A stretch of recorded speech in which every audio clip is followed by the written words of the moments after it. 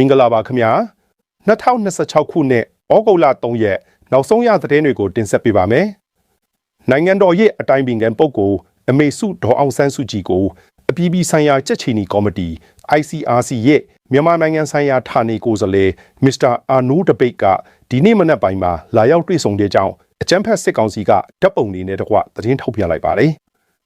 ဘယ်နေရာမှာတွေ့ဆုံခဲ့တယ်ဘာတွေဆွေးနွေးခဲ့ကြသလဲတွေ့ဆုံချိန်ဘယ်လောက်ကြာခဲ့တယ်လဲဆိုတဲ့အသေးစိတ်အချက်အလက်တွေကိုတော့စစ်ကောင်စီကလုံးဝထုတ်ပြန်ထားခြင်းမရှိပါဘူးဒီဓာတ်ပုံနဲ့အတူဇွန်လ19ရက်နေ့ကမွေးနေ့ကိတ်လီနေတဲ့အမီစုရဲ့ဓာတ်ပုံကိုပါတပါးတည်းထုတ်ပြန်ခဲ့ပါတယ်စစ်ကောင်စီရဲ့သတင်းထုတ်ပြန်ချက်ကိုဖတ်ကြည့်ရင်အမေစုကိုဂယုတစိုက်ဆက်ဆံနေတယ်လို့နိုင်ငံတကာအဖွဲ့အစည်းတွေကိုတွေးခွင့်ပေးနေတယ်လို့ခန်းစားရအောင်ရေးထားပါတယ်ဒါပေမဲ့ဒီသတင်းထုတ်ပြန်ချက်ကိုတေချာဖတ်ကြည့်ရင်ဘာတွေခြံထားခဲ့တယ်လဲဆိုတာခင်ဗျားတို့သတိထားမိမှာပါ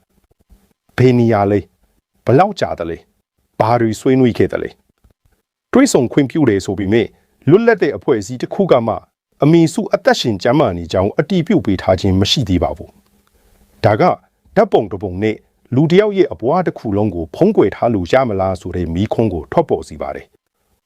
2021ခုနှစ်ဖေဖော်ဝါရီလ1ရက်နေ့အကြမ်းဖက်စစ်တပ်ကအာဏာသိမ်းချိန်ကစပြီးပြည်သူလူထုကရွေးကောက်တင်မြှောက်ခဲ့တဲ့အမီစုကိုမတရားဖမ်းဆီးထိန်းသိမ်းခဲ့ပါတယ်စစ်ကောင်စီကအမှုအမျိုးမျိုးဖန်တီးဖွဲ့စည်းပြီးထောင်ဒဏ်နှစ်ရှည်ချမှတ်ခဲ့ပါတယ်9နှစ်နီးပါးကြာအောင်အမီစုကိုဓာစာခံတပ်ဖွဲ့ထိန်းချုပ်ထားခဲ့တာဖြစ်ပါတယ်စစ်ကောင်စီရဲ့အထိအမေစုကိုဖမ်းဆီးထိန်းသိမ်းထားတာရပ်ပေါင်း2000ကျော်ရှိနေပါပြီတားတော်ဆက်သူကင်အဲရစ်ခဇူလိုင်လ30ရက်နေ့မှာလူမှုကွန်ရက်ကနေထုတ်ပြန်ချက်တစ်ခုပြုလုပ်ခဲ့ပါတယ်မိခင်ဖြစ်သူအသက်ရှင်နေတဲ့ဆိုတာကိုယုံကြည်စိတ်ချရပြီးလွတ်လပ်စွာအတည်ပြုနိုင်တဲ့တပ်တွေအထောက်အထားတစုံတရာကိုမှယနေ့အချိန်ထိရရှိထားခြင်းမရှိသေးကြောင်းသူကဖော်ပြထားပါတယ်အမီစုဘယ်နေရာမှာရှိနေတယ်လဲကျမ်းမာရေးဘယ်လိုရှိနေတယ်လဲဆိုတာကိုလည်းမသိရှိရသေးဘူးလို့ကင်အဲရစ်ခဆိုပါတယ်မိခင်နဲ့အဆက်အသွယ်ပျောက်ဆုံးနေတဲ့ကာလအတွင်းမှာအစိုးရတွေတန်တမန်တွေနဲ့အမှန်တရားကိုသိနိုင်သူမိပုဂ္ဂိုလ်မဆိုဆက်သွယ်မိမြန်ခဲ့ပေမဲ့အဖြေမရှာမတွေ့ခဲ့ဘူးလို့ဆိုထားပါတယ်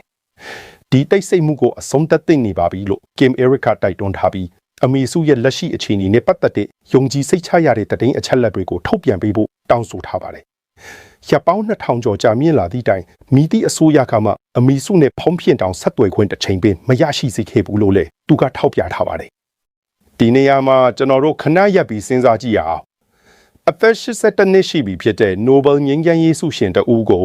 ICRC လိုနိုင်ငံတကာအဖွဲ့အစည်းနဲ့တွဲခွင့်ပြုတယ်လို့ကြေညာနေချိန်မှာပဲကိုယ့်ရဲ့တကိုယ်တည်းရင်းရင်းနှီးနှီးရှိတဲ့သားကိုယ်တိုင်ကတော့မိခင်နဲ့ဖုံးခေါ်ဆိုခွင့်တစ်ချိန်တောင်မရနိုင်ခဲ့ဘူးဆိုတာဒီစစ်ကောင်စီရဲ့တွေ့ဆုံခွင့်ပြုမှုဆိုတာဘလောက်အထိရိုးသားမှုရှိတယ်လဲဆိုတာကိုပြသနေပါတယ်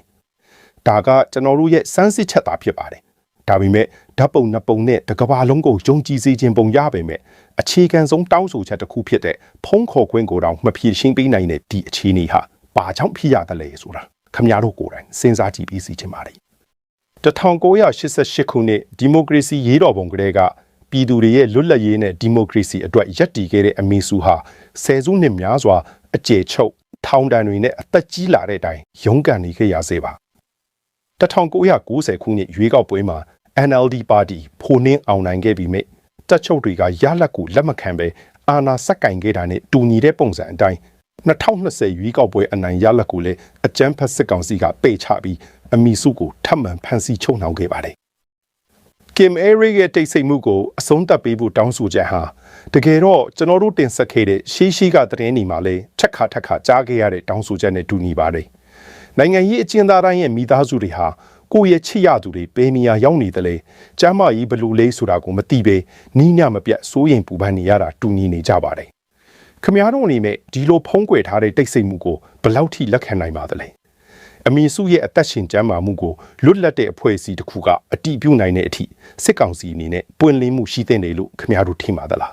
ကွန်မန့်မှာရေးပြပေးပါဒီနေ့တင်ဆက်ခဲ့တဲ့သတင်းကဓာတ်ပုံတွေကနေတဆင့်ကမ္ဘာအာယုံကိုလွှမ်းမိုးဖို့ကြိုးစားနေတဲ့စစ်ကောင်စီရဲ့ propaganda နဲ့အမီစုရဲ့အသက်ရှင်ကျမ်းမာမှုကိုအလေးထားစိုးရိမ်နေတဲ့တားတဦးရဲ့အမှန်တရားရှာဖွေမှုကြောင့်ကွာဟနေတဲ့အခြေအနေကိုပြသနေပါတယ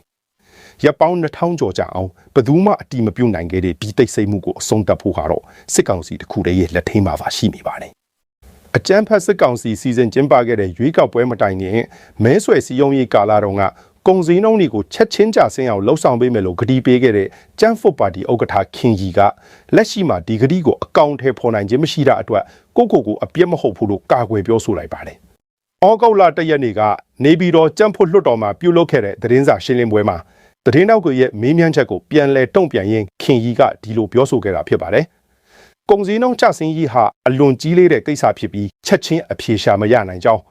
လမ်းပိတ်ဆို့မှုစစ်စီရေးဂိတ်တွေကြောင့်ကုန်စည်နှုန်းကြီးမြင့်နေခြင်းပြည်သူ့ကာကွယ်ရေးတပ်ဖွဲ့တွေရှိနေခြင်းကြောင့်လမ်းပန်းဆက်သွယ်ရေးခက်ခဲနေခြင်းစတဲ့အခြေအနေတွေဆွားရှိနေတယ်လို့သူကရှင်းပြပါတယ်။လွယ်ကူအဖြေရတဲ့အထီတော့မရနိုင်သေးဘူး။ဒါကအပြစ်မဟုတ်ဘူး။နိုင်ငံတော်မှာလည်းဒီကိစ္စကြီးကိုကင်တွယ်နေရတာအင်မတန်ကြီးလေးတဲ့ဟာကြီးလေ။ဒါပေမဲ့လူထုဘက်ကကြည့်တော့လဲကုန်စည်နှုန်းကြီးမြင့်မှုနဲ့တရားဥပဒေစိုးမိုးရေးကအရေးကြီးတယ်။ချက်ချင်းအဖြေမရနိုင်တဲ့ကိစ္စဖြစ်တယ်။နောက်ခံအကြောင်းတွေကအများကြီးရှိတယ်။ trade policy နဲ့လည်းဆိုင်တယ်။ပြည်တွင်းထုတ်ကုန်နဲ့လည်းဆိုင်တယ်။ import policy နဲ့လည်းဆိုင်တယ်။ export policy နဲ့လည်းဆိုင်တယ်။ exchange rate နဲ့လည်းဆိုင်တယ်။မတမလောဘသမားတွေနဲ့လည်းဆိုင်တယ်။ဩဂုတ်လတားတာနဲ့လည်းဆိုင်တယ်လို့ခင်ကြီးကဆက်လက်ရှင်းပြခဲ့ပါတယ်။ကုန်စည်နှုန်းကျဆင်းရေးဟာအုပ်ချုပ်ရေးအဖွဲ့နဲ့လွှတ်တော်ကပူးပေါင်းလှုပ်ဆောင်ရမယ်ကိစ္စဖြစ်ပြီးရည်ရှည်လှုပ်ဆောင်ရမှာဖြစ်တဲ့အတွက်မိကွန်မေးယုံနဲ့အဖြေမရနိုင်ဘူးလို့လည်းဆက်ပြောပါတယ်။ဒီပြောဆိုချက်ရဲ့နောက်ခံကိုခဏပြန်ကြည့်အောင်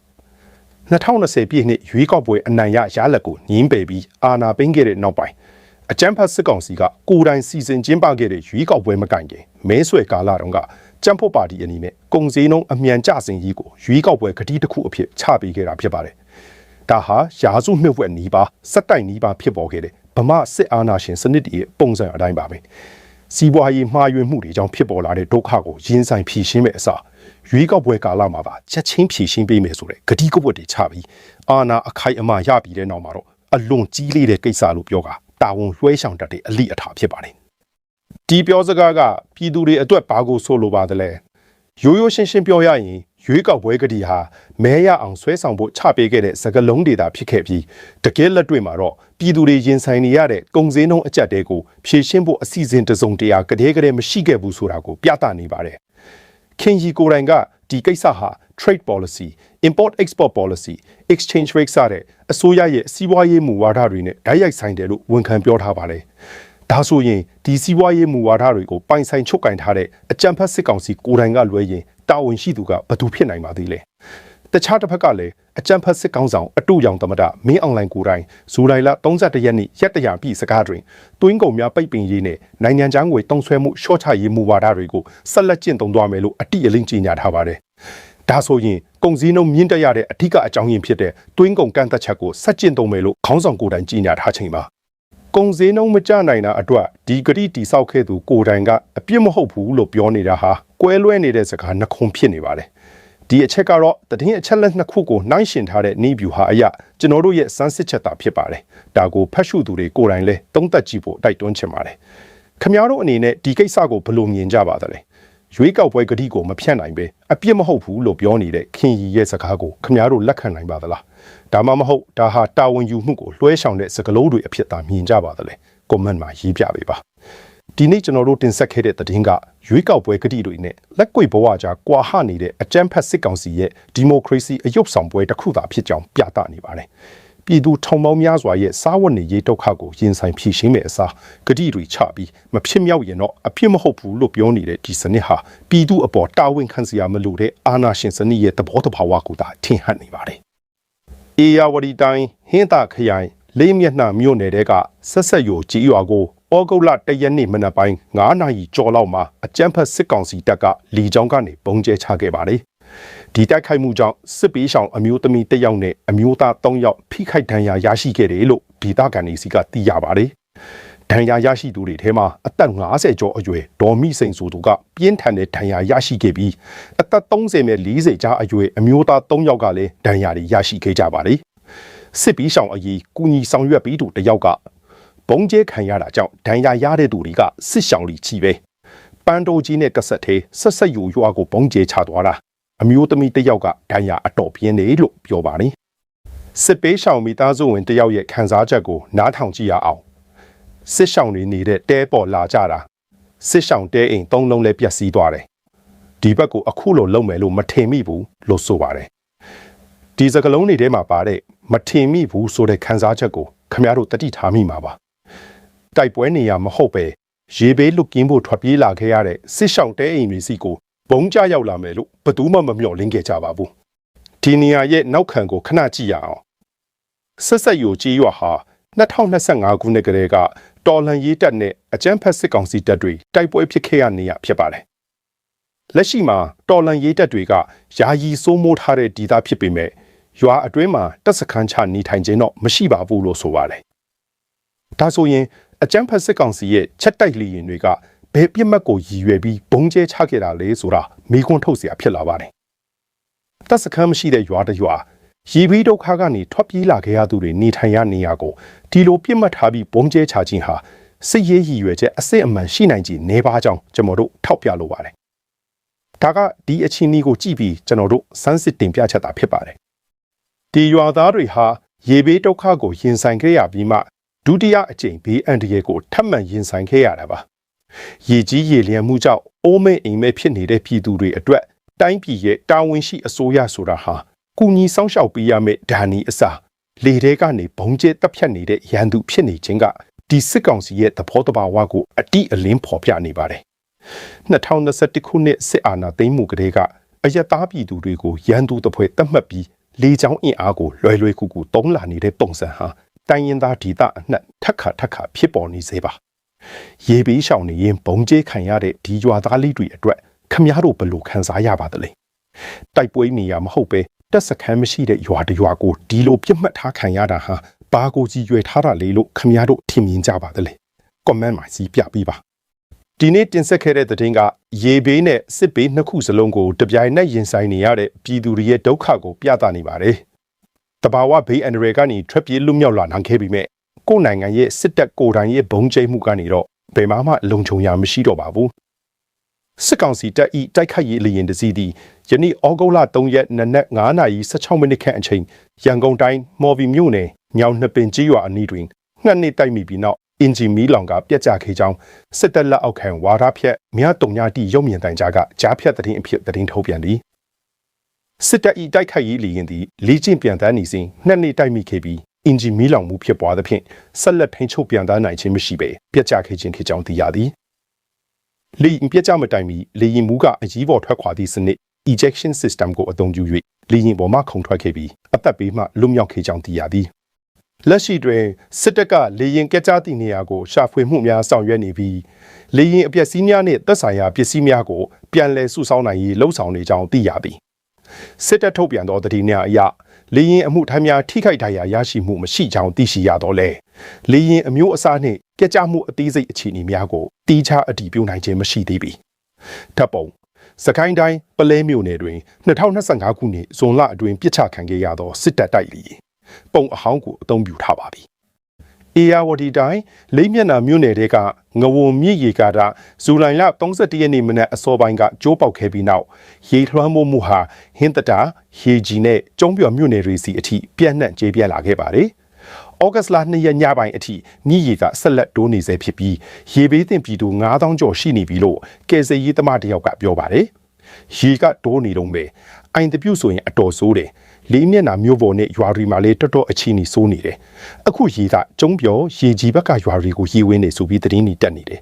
ဒီမှာတော့ကုညီကေစေရေးစာအကုန်စုံအောင်မလုပ်နိုင်ပြီဘူးအထူးကကေစေရေးဆက်လီနဲ့စက်ပုံးစီတအားကိုလိုပါတယ်လို့ဆိုပါတယ်ရေအကျက်တဲ့အဆိုးရွားဆုံးကြုံနေရတဲ့လေးမျက်နှာမြို့နယ်အိုင်းတပြုတ်ဒေသမှာတော့ရေဘေးသင့်ပြည်သူတွေကရေကာတာပေါ်မှာပဲယာယီတဲများထိုးထားပြီးခုံလုံနေကြရပါတယ်ဒီထဲမှာကလေးငယ်တွေနဲ့တက်ကြီးရွယ်အိုတွေပါပါဝင်နေတယ်လို့ဆိုပါတယ်ဟင်းသာမြို့နယ်လဟာပရွာရေကြီးမြို့နယ်ကညင်ကွာနဲ့စရက်လကြီးရွာကျုံပျော်မြို့နယ်ကလုတ်ကုန်းကြီးရွာနဲ့ထိုက်ပြက်ကြီးရွာအုပ်စုအထိရေရောက်ရှိနေပြီးကျုံပျော်မြို့နယ်ထေကုန်းရွာကတော့တရက်နှစ်ရက်အတွင်းရွှေ့ပြောင်းရပွဲရှိတယ်လို့ဒေသခံတွေကခန့်မှန်းထားပါတယ်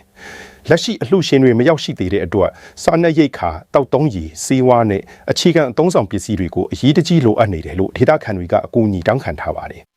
်လီမျက်နှာမျိုးနဲ့အနီးပတ်ဝန်းကျင်ကြီးရွာတွေမှာဖုံးလိုင်းမိပါပြတ်တောက်နေတာကြောင့်ဒေသခံအများပြားဟာမိသားစုဝင်တွေနဲ့အဆက်အသွယ်မရပဲဖြစ်နေကြပါတယ်။ကေဇီအသင်းတွေကိုယ်တိုင်ကလည်း73စီရှာပတ်မှုနဲ့ကေဇီလှေတွေပြုပြင်ထိန်းသိမ်းရေးအခက်အခဲတွေကိုရင်ဆိုင်နေရကြောင်းသိရပါတယ်။တို့ဒုက္ခအကြီးအကျယ်ကြုံနေရတဲ့အချိန်မှာပဲလူတချို့ကတော့ဒီအခြေအနေကိုအခွင့်ကောင်းယူပြီးပြည်သူတွေကိုထပ်မံညှဉ်းပန်းနေကြပါတယ်။ညအချိန်ရောက်တိုင်းကေဇီလှေအတွင်ဆောင်ထားသူတချို့က ရေမြုပ်နေတဲ့နေအိမ်တွေထဲကတန်ဘူးရှိပစ္စည်းတွေကိုခိုးယူနေတယ်လို့ဒေသပြည်သူတွေကပြောဆိုထားပါတယ်။ရေဘေးကြောင့်အားလုံးဆုံးရှုံးလူနီးပါးဖြစ်နေတဲ့ပြည်သူတွေအတွက်ကဲတင်ရေးလာမီဟုထင်ရတဲ့လှေတွေကိုယ်တိုင်ကခိုးသူများဖြစ်နေတဲ့ဒီအခြေအနေဟာလူသားချင်းစာနာမှုလုံးဝကင်းမဲ့နေတဲ့ရက်စက်မှုတစ်ခုဖြစ်ပါတယ်။ဒီအခြေအနေကိုကြည့်ရင်ကျွန်တော်တို့စမ်းစစ်ပြချင်တာတစ်ခုရှိပါတယ်။ရေဘေးဒုက္ခဖြစ်ပေါ်ခဲ့တာရက်ပေါင်း3ရက်ကျော်ကြာနေပြီဖြစ်ပေမဲ့အလှရှင်တွေကြီးဒေသခံကယ်ဆယ်ရေးသမားတွေကြီးကစူးစမ်းနေရပြီး73စီနဲ့ကယ်ဆယ်ရေးလေတောင်လုံလောက်အောင်မရရှိသေးတာကိုတွေ့ရပါတယ်။ပြည်သူ9000ကျော်ဒုက္ခရောက်နေတဲ့ဒီအရေးကြီးအခြေအနေမှာ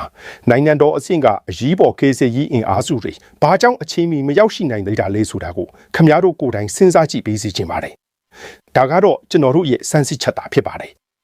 ရေဘီထဲမှာအားလုံးဆုံးရှုံးပြီးကလေးငယ်တွေနဲ့တက်ကြီးရွယ်ဦးတွေကိုပါရီကာတာပေါ်မှာယာယီတေးထိုးပြီးခိုးလုံနေရတဲ့ဒီပြည်သူတွေအတွက်ခမည်းတော်ဘယ်လိုခံစားရပါပလဲဒီလိုအကြက်တိုင်းကိုအခွင့်ကောင်းယူပြီးလူအိမ်မိတွေကပစ္စည်းခိုးနေသူတွေကိုခမည်းတော်ဘယ်လိုတတ်မှတ်ချင်ပါသလဲကောမန့်မှာရေးပြပြီးပါဒီနေ့တင်ဆက်ခဲ့တဲ့သတင်းကတဘာဝဘေးအန္တရာယ်တစ်ခုတည်းနဲ့တင်မတာပဲလူသားချင်းစာနာမှုပျက်စီးနေတဲ့လူအတိုင်းဝိုင်းရဲ့ရုပ်ပုံလွှာကိုပါပြသနေပါတယ်ရေဘေးထဲမှာအကူအညီအလိုအဆုံးအချိန်မှာပဲကူညီမိအစားခိုးယူနေသူတွေရှိနေတာဟာဒီဒုက္ခကိုပုံမနှက်ဆိုင်စေနေပါတယ်ဒီသတင်းအစီအစဉ်ကိုကြိုက်နှစ်သက်ရင် like နှိပ်ပေးပါ subscribe လုပ်ပေးပါခင်ဗျားတို့ရဲ့အမြင်ကိုလည်း comment မှာရေးပြပေးပါရန်ကုန်နဲ့ပဲခူးအခြားရှိအင်းတကော်တက်နယ်မြေကိုအခြေပြု၍ရန်ကုန်တစ်မျိုးလုံးမှာလူငယ်များကိုပေါ်တာဆွဲမတရားဖမ်းဆီးခြင်းနှင့်အလုတ်ပေးမိဟုလိန်ညာခေါ်ဆောင်ကအဓမ္မစစ်သားစုဆောင်ခြင်းမြို့နယ်အသီးသီးတို့ပြန်လည်ရောင်းစားခြင်းများကြေကြေပြန့်ပြန့်ပြုလုပ်နေကြောင်းကိုယ်တိုင်ဖမ်းဆီးထိုင်ရပြီးငွေဖင်းရွေ၍ပြန်လည်လွတ်မြောက်လာသောလူငယ်များနှင့်တပ်သတင်းရင်းမြစ်ထံမှသိရှိရပြီအင်းတကော်တက်နယ်မြေအတွင်းဗိုလ်မှူးစေရလင်းတက်ကြက်2ဦးစစ်သား4ဦးနှင့်စစ်ကြောရေးကျမ်းမာရေးဝန်ထမ်းအချို့ပါဝင်သောအဖွဲ့ကရန်ကုန်မြို့တဝမ်းမှရက်ကွက်အုပ်ချုပ်ရေးအဖွဲ့များပြူစောထီများနှင့်လူဖမ်းသောအဖွဲ့များနှင့်ချိတ်ဆက်ကစစ်မှုထမ်းအဖြစ်လူငယ်များကိုပေါ်တာဆွဲဖမ်းဆီးခေါ်ဆောင်နေကြောင်းအင်းတကော်တက်နယ်မှတဆင့်ဖမ်းဆီးထိန်သိမ်းထားသောလူငယ်များကိုဈေးကောင်းရသည့်မြို့နယ်တက်များသို့ပို့ဆောင်ရောင်းစားနေကြောင်းသိရှိရသည်အင်းတကော်တက်နယ်ကနေတောင်ကူမှာပထမတစ်ခေါက်လူ14ယောက်သွားရောင်းနေတောင်ကူကဘူကြီးကလူရွေးပြီး9ယောက်ပဲယူတယ်မူရစ်နဲ့စေးကြသည်ဆိုရင်တောင်ကူတက်ကမယူဘူးမဝေတဲ့9ယောက်ကိုအင်းတကော်ပြန်ခေါ်လာတယ်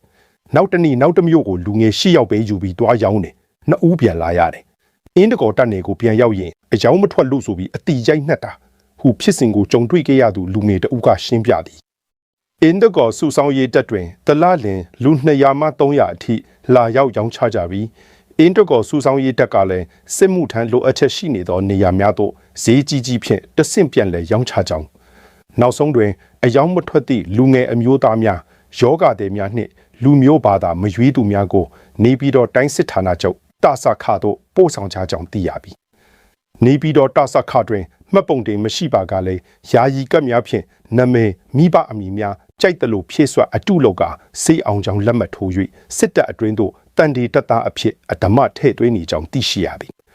ထို့အပြင်ရန်ကုန်မြို့တွင်ရှိရက်ကွက်အုပ်ချုပ်ရေးမှုများနှင့်ဒလန်များကလည်းအင်းတကော်စုဆောင်ရေးတပ်သို့လူသစ်များစုဆောင်ပို့ဆောင်ရောင်းချကြကြောင်းသိရှိရပြီအင်းတကော်စုဆောင်ရေးတပ်နှင့်အဆက်အသွယ်ရှိသောရက်ကွက်အုပ်ချုပ်ရေးအဖွဲ့တွင်လှိုင်မြို့နယ်17ရက်ကွက်အုပ်ချုပ်ရေးအဖွဲ့ပါဝင်ပြီးဖမ်းဆီးရရှိထားသောလူငယ်များကိုအရက်ဘီယာနှင့် WY မူရစ်စေဝါများအထိစိတ်ကြိုက်သုံးစွဲခွင့်စီစဉ်ပေးထားကြောင်းကမာရွတ်မြို့နယ်အုပ်ချုပ်ရေးရုံးတွင်ဒလန်များမွေးမြူထားပြီးတွာလာလှုပ်ရှားနေသည့်ယူနယ်များကိုတည်င်းပေးကတက်ဆီများဓားများအသုံးပြု၍မတရားဖမ်းဆီးခေါ်ဆောင်လျက်ရှိကြောင်းသိရှိရသည်အင်းတကော်တက်နယ်တွင်ဖမ်းဆီးခံရသည့်လူငယ်များကိုတပ်စခန်းရောက်ရှိသည့်နှင့်စစ်သားပုံစံပေါက်စီရန်စစ်ကီစပီညှက်ပေးခြင်းစစ်ယူနီဖောင်းအဓမ္မဝတ်ဆင်ခိုင်းခြင်းများပြုလုပ်နေကြောင်းသိရှိရသည်အခြားတစ်ဖက်တွင်လည်းရန်ကုန်မြို့၌စစ်ကောင်စီနှင့်လက်အောက်ခံရက်ကွက်အုပ်ချုပ်ရေးအဖွဲ့များ၏ပေါ်တာဆွဲဖမ်းဆီးမှုများကျေပြန့်နေခြင်းအတွင်းဇူလိုင်လ30ရက်နေ့အသက်26နှစ်အရွယ်တင်းပေါ်သားကိုညံမင်းထက်အသက်26နှစ်ပျောက်ဆုံးသွားကြောင်းသိရှိရသည်ဇူလိုင်လ30ရက်နေ့နက်ပိုင်းကိုညံမင်းထက်သည်ရန်ကုန်မြို့ရဲရှိတင်းပေါ်ကုမ္ပဏီတစ်ခုသို့အင်တာဗျူးသွားဖြေမိဟုပြောဆိုကအိမ်မှထွက်ခွာသွားခဲ့ခြင်းဖြစ်ပြီးဇူလိုင်လ30ရက်နေ့နနက်7:00နာရီခန့်အထိအဆက်အသွယ်ရရှိခဲ့တော့လဲရင်းနောက်ပိုင်းမှစတင်၍ဖုန်းပိတ်သွားကလုံးဝအဆက်အသွယ်မရတော့ပဲပျောက်ဆုံးနေကြောင်းသိရှိရသည်စစ်တပ်ကဖမ်းသွားပြီးဘီလင်းဒေသခံ2ဦးပျောက်ဆုံးနေမုံပြည်ဘီလင်းမြို့နယ် တပ်တူးကုန်းကြီးရွာဘက်သို့စစ်တပ်စစ်ကြောင်းထိုးဝင်ရောက်လာခြင်းဖမ်းဆီးခေါ်ဆောင်သွားသည့်ဒေသခံအရပ်သား2ဦးမှာလက်ရှိချိန်ထိပျောက်ဆုံးနေစေဖြစ်ကြောင်းပြည်သားတွင်သတင်းရင်းမြစ်များကပြောသည်ပြီးခဲ့သည့်ဇူလိုင်လ9ရက်နေ့ကအင်အား100ကျော်ပါရှိသည့်စစ်ကော်မရှင်ပူးပေါင်းစစ်ကြောင်းများသည့်တပ်တူးကုန်းကြီးရွာရှိတရင်အမျိုးသားအစည်းအရုံး KNUE ကုန်သွယ်ရေးကိစ္စခန်းကိုဝင်ရောက်စီးနင်းခဲ့သည်ထို့သို့ဝင်ရောက်စီးနင်းစဉ်ကုန်ပစ္စည်းများတည်ဆောင်လာသည့်ရေမောင်းအမျိုးသား2ဦးနှင့်တပ်တူးကုန်းကြီးရွာနှင့်ကိုခွန်ထက်ဦးတို့2ဦးကိုစစ်ကြောင်းကရိုက်နှက်ဖမ်းဆီးကခေါ်ဆောင်သွားခဲ့ခြင်းဖြစ်သည်၎င်းတို့2ဦးကြောက်ဆုံးနေသည်မှာတလနီးပါးရှိလာပြီဖြစ်သည်ထို့ပြင်စစ်ကော်မရှင်စစ်ကြောင်းသည်ကုန်ပစ္စည်းများနှင့်မော်တော်ယာဉ်များကိုလည်းတင်စီခဲ့ပြီးနောက်မီးရှို့ဖျက်ဆီးခဲ့သည်ဒေသခံ2ဦးကစစ်ကြောင်းကလူ2ဦးကိုဖမ်းသွားတယ်ပစ္စည်းတွေကားတွေကိုလည်းမီးရှို့ဖျက်ဆီးသွားတယ်ဖမ်းသွားတဲ့2ဦးကဘာသတင်းမှမရဘူးဟုပြောသည်စစ်တပ်စစ်ကြောင်းသည်တပ်တူးကုန်းကြီးရွာနှင့်ကြက်ချီခတ်ကြီးရွာအကြားရှိနေအိမ်များနှင့်ကုန်းစုံဆိုင်များကိုပါဖောက်ထွင်းဝင်ရောက်ကအိမ်တွင်းရှိပစ္စည်းများကိုတင်ယူသွားခဲ့ပြီးနေအိမ်6လုံးထပ်မင်းကိုလည်းမီးရှို့ဖျက်ဆီးခဲ့သည်ဒေသတွင်းစစ်ကြောင်းထိုးလာသည့်အဆိုပါစစ်ကြောင်းသည်ကရင်အမျိုးသားလူမျိုးရေးတပ်မတော် KNLA ပူးပေါင်းတပ်ဖွဲ့တို့နှင့်လည်းထိတွေ့တိုက်ပွဲများဖြစ်ပွားခဲ့သည်ဘီလီမြို့နယ်အတွင်းစစ်တပ်စစ်ကြောင်းထိုးဝင်ရောက်လာခြင်းနှင့်တိုက်ပွဲများကြောင့်ဒေသခံအရပ်သားပြည်သူများ၏အသက်အိုးအိမ်နှင့်ပိုင်ဆိုင်မှုများထိခိုက်ဆုံးရှုံးရသည့်အပြင်လုံခြုံရေးအခြေအနေမှာလည်းစိုးရိမ်ဖွယ်ရာဖြစ်ပေါ်နေကြောင်း KNU ကထုတ်ပြန်ထားသည်လက်ရှိတွင်ဘီလီမြို့နယ်အတွင်းတိုက်ပွဲများဆက်လက်ဖြစ်ပွားနေသည့်အပြင်စစ်တပ်ဘက်ကလေကြောင်းတိုက်ခိုက်မှုနှင့်လက်နက်ကြီးပစ်ခတ်မှုများကြောင့်အရပ်သားထိခိုက်ဒေဆုံးမှုများရှိနေပြီးတောင်းနဲ့ချီသည့်ဒေသခံပြည်သူတို့မှလည်းဘေးလွတ်ရာသို့ထွက်ပြေးတင်းရှောင်နေကြရဆဲဖြစ်တယ်ပဲခူးတိုင်းအုပ်ဖို့မြို့နယ်တွေကတော်လိုင်းရေးတပ်စခန်းတစ်ခုကိုဩဂုတ်လ2ရက်နေ့လယ်ပိုင်းမှာဘုံကျဲခတ်လိုက်ရလို့ပျက်စီးဆုံးရှုံးမှုများပြကတော်လိုင်းရေးတပ်ဖွဲ့ဝင်တို့ချို့လည်းထိခိုက်ဒဏ်ရာရရှိခဲ့တယ်လို့တော်လိုင်းရေးတပ်ဖွဲ့ဝင်တွေစီကနေသိရပါတယ်။အုပ်ဖို့အခြေစိုက်တော်လိုင်းရေးတပ်ဖွဲ့ဝင်တယောက်ကအုပ်ဖို့အရှိချမ်း12မိုင်လောက်မှာရှိတဲ့ဂမုံးစီဝင်းကျင်းမှာအခြေစိုက်တဲ့စခန်းတွေကို Jet Fighter နဲ့ဘုံကျဲသွားတာပါလို့ပြောပါတယ်။အဆိုပါဘုံကျဲတိုက်ခိုက်ခံရတဲ့တော်လိုင်းရေးတပ်စခန်းဟာတာယာဝတီ KI ပြည်သူ့ကာကွယ်ရေးအဖွဲ့ပကဖတိုက်ခိုက်ရေးတပ်ဖွဲ့တပ်ခွဲ3စခန်းဖြစ်တယ်လို့သိရပြီးပဲအဆိုပါတပ်ဖွဲ့ဘက်ကတော့ထုတ်ပြန်လာတာမတွေ့ရသေးပါဘူး။တာယာဝတီ KI တပ်ရင်းတစ်ခုရဲ့တပ်ခွဲမှုတစ်ယောက်ကမနက်ပိုင်းမှာကင်းတောက်ခံရပြီးနေ့လယ်တနာရီလောက်မှာဖိုက်တာနဲ့250ပေါင်ဘုံ9လုံးကျဲသွားတာမှာရှေ့တန်းစခန်းကို3လုံးနောက်တန်းထုတ်လုပ်ရေးစခန်းကို3လုံးအကျဲခံလိုက်ရတယ်။တစ်လုံးကတော့10တဲ့ကျသွားတယ်။ရှီရာစခန်းကိုထုတ်လို့ရေးစခန်းမှာအကျေးခံလိုက်ရတာဆိုတော့ပျက်စီးဆုံးရှုံးမှုကတော့များတယ်။သူတို့ရဲဘော်2ယောက်လဲမစိုးရင်ရတဲ့ဒဏ်ရာတွေရတယ်။စခန်းတီနေရာကိုတပ်ပြေးတယောက်ကသတင်းပေးလို့ဆိုလားပြည်သူဘက်ကသတင်းပေးလို့ဆိုလားတေချာတော့မသိရသေးဘူးဗျလို့ပြောပါတယ်။တာယာဝတီခိုင်အတွင်းမှာတော်လိုင်းရေးတပ်ဖွဲ့တွေနဲ့စစ်တပ်ရဲ့မြေပြင်စစ်ကြောင်းတွေစစ်ရေးအခြေအနေတင်းမာတဲ့နေရာတွေရှိနေသလိုစစ်တပ်ဘက်ကလည်းလီကြောင်းတိုက်ခိုက်တာတွေစစ်တိုက်ပြုလုပ်နေတာကြောင့်ပြည်သူတွေနဲ့တော်လိုင်းရေးတပ်ဖွဲ့တွေအနေနဲ့လီကြောင်းရန်အန်ဒီရေတတိထားနေထိုင်ကြဖို့နဲ့လီကြောင်းအန်ဒီရေတတိပေးချက်တွေကိုနားဆွင့်ကြဖို့လေတော်လန်ကြီးအင်အားစုတွေဘက်ကတိုက်တွန်းထားပါတယ်။ထိုင်းနိုင်ငံဘရန်ကောက်ဝမ်ထောင်းလန်နယ်မြေထဲမှာဝိုင်းဖွဲ့ပြီးမူရစ်စေဝါတုံးဆွဲပျော်ပါနေတဲ့မြန်မာလူကုန်ထံလူငယ်17ယောက်ဖမ်းဆီးခံရပြီးအဲ့ဒီတဲကအသက်18နှစ်အောက်ကလေးတစ်ယောက်ပါဝင်တယ်လို့ထိုင်းသတင်းတွေမှာဖော်ပြလာတယ်။ဝမ်ထောင်းလန်နယ်မြေဖလဖလရက်ကွက်ပရဒစ်မနွန်ထန်လန်တဲကစိုင်းတဆိုင်မှာအရက်ရောင်းပြီးဝိုင်းဖွဲ့စုညံတောင်းကျမ်းနေကြောင်းတိုင်ကြားချက်ရတာကြောင့်ဝမ်ထောင်းလန်နယ်မြေရဲတပ်ဖွဲ့မူရစ်စေဝါနိုင်နီးရဲတပ်ဖွဲ့နဲ့တာဝန်ရှိသူတွေဟာအဆိုပါနေရာကိုဩဂတ်လ2ရက်မနက်7:30မိနစ်ချိန်ကတွားရောက်စစ်ဆေးခဲ့တယ်လို့တာဝန်ရှိသူကသတင်းထောက်တွေကိုပြောပါတယ်။အဆိုပါဆိုင်တဲ့ဝင်ရောက်သွားချိန်မှာမူရစ်စေဝါအနှံ့နဲ့ဆေးလိမ်မီကိုတွေမှုန်နေတာကြောင့်လူတွေကိုတဲတဲကွဲကွဲမမြင်ရဘူး။ကျေလောင်တဲ့တချင်းတန်အောင်မှာလူတွေမူရစ်ကခုန်နေကြတယ်။တာဝန်ရှိသူတွေရောက်ရှိနေတာကိုတောင်တတိမမူနိုင်ဘူးလို့ဆိုပါတယ်။စေချက်အရာအဆိုပါနေရာကနေခီတာမင်လို့ခေါ်တဲ့စိတ်ကိုပြောင်းလဲစေသောမူရစ်စေဝါအဆင့်အနှုတ်နဲ့အလေးချိန်3.583 gram နဲ့မြန်မာအမျိုးသားရောအမျိုးသမီးပါလူငယ်17ယောက်စိုင်ပိုင်ရှင်ထိုင်းနိုင်ငံသား1ယောက်ဖမ်းဆီးရမိတယ်။မြန်မာလူငယ်တွေက1ယောက်ဟာဆိုရင်အသက်18နှစ်တောင်မပြည့်သေးဘူး။တချို့ကနိုင်ငံကူးလက်မှတ်မဆောင်ထားဘူးလို့ဆိုပါတယ်။တာဝန်ရှိသူတွေကသူတို့ကိုရေးရာဇဝင်ခရီးသွားရာဇဝင်တွေဆက်လက်စစ်ဆေးပြီးမူရစ်စေးသုံးဆွဲမှုနဲ့အရေးယူဖို့ဝန်ထောင်းလန်ရဲစခန်းကိုဖမ်းဆီးခေါ်ဆောင်သွားပါတယ်။ဆိုင်ရှင်ထိုင်းအမျိုးသားကတော့ခွင့်ပြုချက်မရဘဲဖျော်ဖြေရေးဆိုင်ဖွင့်လှစ်မှုအချိန်လွန်ဆိုင်ဖွင့်မှုမူရစ်စေဝါသုံးဆွဲနေတာကိုလက်လျူရှုပြီးတုံခွင့်ပြုထားမှုအသက်မပြည့်သေးတဲ့18နှစ်အောက်ကလေးကိုဖျော်ဖြေရေးဆိုင်မှာလက်ခံထားမှုခွင့်ပြုချက်မရဘဲအရက်ရမကရောင်းချမှုအရက်ရမကကိုတတ်မှတ်ထားတဲ့အချိန်ထက်ကျော်လွန်ရောင်းချမှုတွေနဲ့အရေးယူသွားမယ်လို့ဆိုပါတယ်။ဖမ်းဆီးခံရတဲ့မြန်မာလူငယ်တွေဟာရွှေပြောင်းအလုပ်သမားလူငယ်တွေမဟုတ်ဘဲ လူကုန်ထမ်းအတိုက်ဝန်းကဖြစ်မယ်လို့ယူဆရကြောင်းထိုင်းသတင်းတွေမှာဖော်ပြပါတယ်ရန်ကုန်တောင်ဥက္ကလာပမြို့နယ်73ရပ်ကွက်အနော်မာတစ်လန်းရှိနေအိမ်တအိမ်မှာဇူလိုင်လ31ရက်ကဧည့်သည်အမျိုးသားတစ်ယောက်ကအင်ရှင်နဲ့မိသားစုဝင်2ယောက်ကိုရိုက်နှက်ပြီးရွှေတဲ့ပစ္စည်းတွေလူရက်သွားတယ်လို့အုပ်ချုပ်ရေးနဲ့နှီးဆက်သူတွေစီကသိရပါတယ်မိခင်ဖြစ်သူစီလာလေတဲ့ဧည့်သည်အမျိုးသားတစ်ယောက်ကမိခင်သမီးနဲ့တူမဖြစ်သူ3ယောက်စလုံးကိုရိုက်နှက်ကရွှေတဲ့ပစ္စည်းနဲ့မွေးတွေလူရက်သွားတာလို့အုပ်ချုပ်ရေးနဲ့နှီးဆက်သူတစ်ယောက်က TVB ကိုပြောပါတယ်ခေတ်ကာလကဘသူမှယုံလို့မရတဲ့အနေအထားဖြစ်သွားပြီအနော်မာတစ်လန်းထဲမှာအင်ကိုလာလေတဲ့ဧည့်သည်ကအင်ရှင်နဲ့မိသားစုဝင်တွေကိုရိုက်နှက်ပြီးလူသွားတယ်ပစ္စည်းတွေပါသွားတာထက်လူကိုမတက်သွားတာပဲတော်သေးတယ်လို့ပြောရမယ်ထိခိုက်ဒဏ်ရာရရှိတဲ့အမျိုးသမီး3ယောက်ကိုအေချမ်းဖြူစင်မြစ်တာရှင်လူမှုကူညီရေးအသင်းကတောင်ဥက္ကလာပမြို့နယ်ဆေးရုံကြီးကိုပို့ဆောင်မိခဲ့တယ်လို့သူကပြောပါတယ်လက်တလုံးမှာပြစ်မှုကျူးလွန်သူအမျိုးသားကိုတောင်ဥက္ကလာပမြို့နယ်ရေးစခန်းကအမှုဖွင့်လှစ်ထားပြီးဖမ်းဆီးရမိရေးအတွက်ဆောင်ရွက်နေတယ်လို့သိရပါတယ်2024ခုနှစ်ဧပြီလ23ရက်နေ့လေတနာရီ30မိနစ်ကလည်းတောင်ဥက္ကလာပမြို့နယ်အမှတ်30ရပ်ကွက်သူမင်္ဂလာလမ်းနဲ့မြစ်တာလမ်းထောက်မှာဖွင့်လှစ်ထားတဲ့ဖုံးဆိုင်ကိုအမျိုးသား3ယောက်ကဝင်ရောက်လူရက်ခဲ့ပါတယ်